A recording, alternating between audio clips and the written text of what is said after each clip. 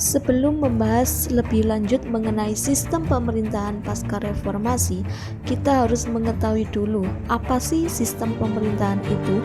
Sistem pemerintahan merupakan suatu organisasi pada tingkat kenegaraan yang di dalamnya terdapat pembagian tugas dan wewenang yang jelas, sehingga antara satu dan yang lainnya memiliki tugas dan wewenang yang berbeda, namun saling berkaitan dan saling mengawasi. Selanjutnya, kita akan membahas mengenai sistem pemerintahan pasca reformasi.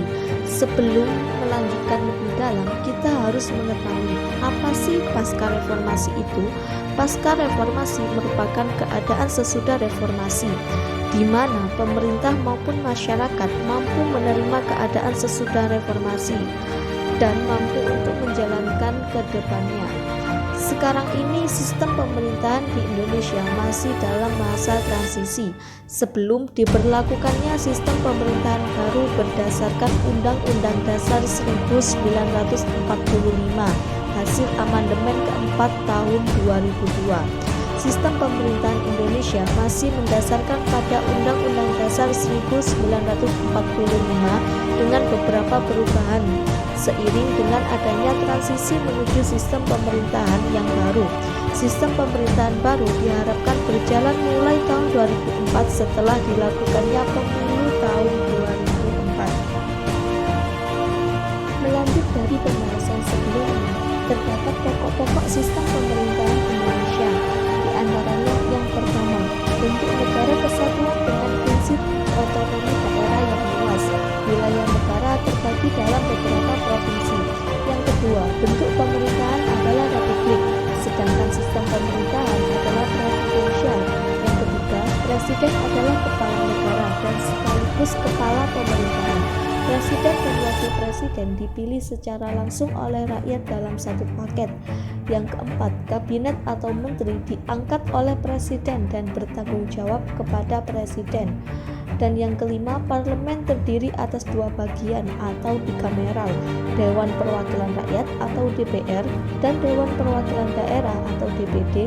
Para anggota dewan merupakan anggota MPR. DPR memiliki kekuasaan legislatif dan kekuasaan mengawasi jalannya pemerintahan.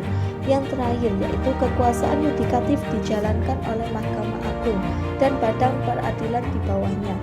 Sistem pemerintahan ini mengambil unsur dari sistem pemerintahan parlementer dan melakukan pembaharuan untuk menghilangkan kelemahan-kelemahan yang ada dalam sistem presidensial. Selanjutnya yaitu beberapa variasi dari sistem pemerintahan presidensial di Indonesia. Yang pertama yaitu presiden sewaktu-waktu dapat diberhentikan oleh MPR atas usul dari DPR. Jadi DPR tetap memiliki kekuasaan mengawasi presiden meskipun secara tidak langsung. Yang kedua, presiden dalam mengangkat penjabat negara perlu pertimbangan atau persetujuan dari DPR. Yang ketiga, presiden dalam mengeluarkan kebijakan tertentu perlu pertimbangan atau persetujuan dari DPR. Dan yang terakhir, parlemen diberi kekuasaan yang lebih besar dalam hal membentuk undang-undang dan hak budget atau anggaran. Selanjutnya yaitu mengenai kebijakan presiden pasca reformasi. Yang pertama, kebijakan pada masa pemerintahan Susilo Bambang Yudhoyono.